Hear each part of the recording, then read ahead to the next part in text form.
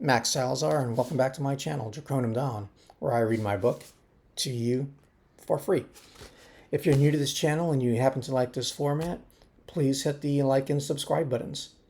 All right, last time we left off still on part 1, chapters 8 through 9. Today we're going to be reading chapters 10. So here we go. Jack. The talons on Jack's feet were honed to a razor's edge. At the moment, they made a click-clack noise on the stone floor as he moved about his office, agitated. Keeping his body prepared for battle at all times was not a necessity, just a habit he learned from his mentor many stellar rotations ago. He would flog my blue feathers if they were not up to par for a young officer, but now they'd just infuriate me when I need my thoughts the most, he thought. A crystalline pipette filled with sparkling blue glacier water caught Jack's attention. His throat felt parched. His will to focus solely on the matter at hand relented again. Maybe the refreshing liquid would ease his mind.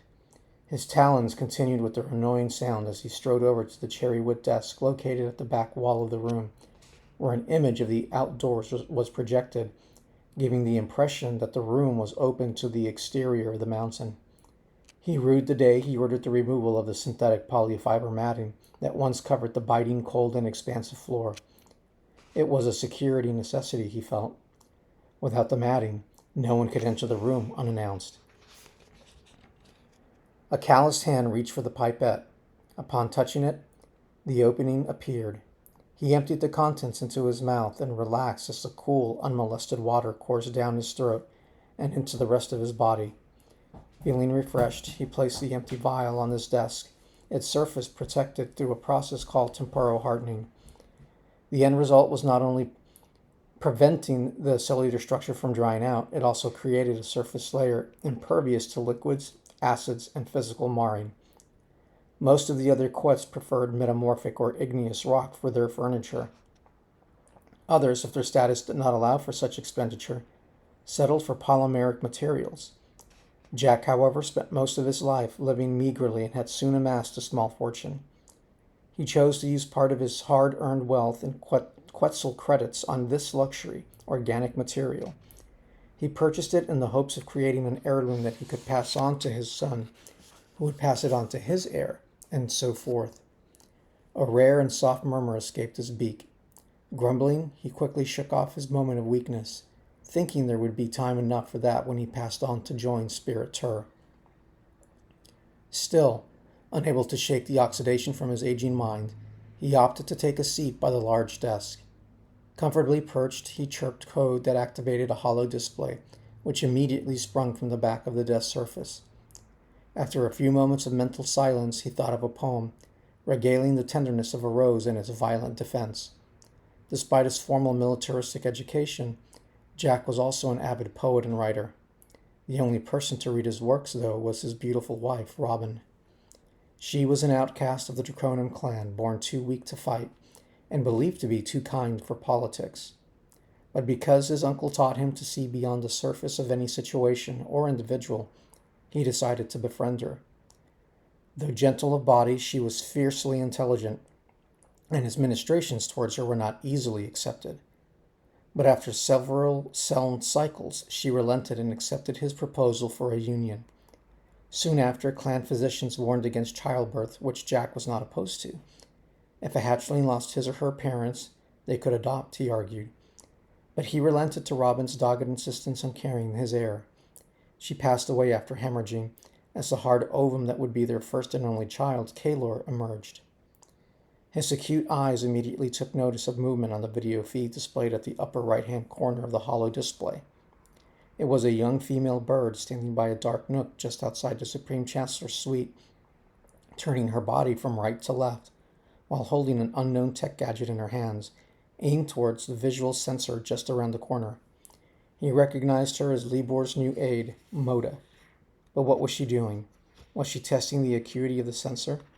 As a member of the Scientia, she should know the sensor's EM bending capability. Maybe she thought it defective, he mused. A warble escaped him, and the particular visual feed began to record and automatically save data starting from the 5 minutes prior to activation. At that moment, he felt very fortunate that Major Kiln was able to decipher the encryption encryption key Libor's clan had used to protect the fortress's security systems. Although as head of security, he certainly could access all security systems. Now he could do so without electronic notice. He could even disable systems if need be. A chirp rang out. Jack's eyes were already on the security monitor. He saw that it was Major Kiln and unlocked the door. Kiln waited for the door to dissipate and then walked in, his chest protruding out and his head held high. Jack looked away from the monitors as Moda finally departed away from the vicinity of Kira's quarters and gave Kiln his full attention. "Yes, Major," he intoned. "General," he said, barely able to hide his glee. "All is in place. Clan Elder activation codes have been copied to this crystalline sheet. Yours is the only copy, of course. I was also able to bug all non-private Elder workspaces and with audio-visual sensors that will transmit only to the sheet I gave you, which is dark to the network. No one will know that you are capable of listening on their conversations." "And how were you able to bug their spaces without their knowing? Did my suggestion work?" Jack calmly looked at the subordinate officer, waiting for a positive reply. "Indeed, sir.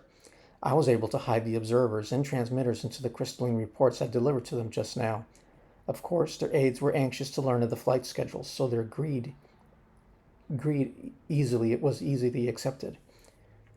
Satisfied, Jack allowed himself a small grin before narrowing his eyes. "Excellent work, Major. I trusted you worked alone and have shared this with no one." "Yes, sir, of course, sir. My family owes you a debt of gratitude and have forever sworn allegiance to you and your family." Kiln shuddered as he caught himself in a faux pas. "Sorry, sir, I didn't mean—" "That is okay, Major. I am not that soft of a bird." Jack dismissed Kiln and pondered a moment on whether he should jump the gun a bit. He decided to wait. One of his lieutenant colonels was retiring, and he aimed to have Kiln fill the position. Better wait just a bit more, he thought. But this young Draconum needed to be recognized, albeit only with a promotion for now. He had proven his loyalty as well as his abilities on the field and in the political arena. He very well could be an elder or even rise to the Supreme Chancellorship, if not for his family's lower clan status. What a shame.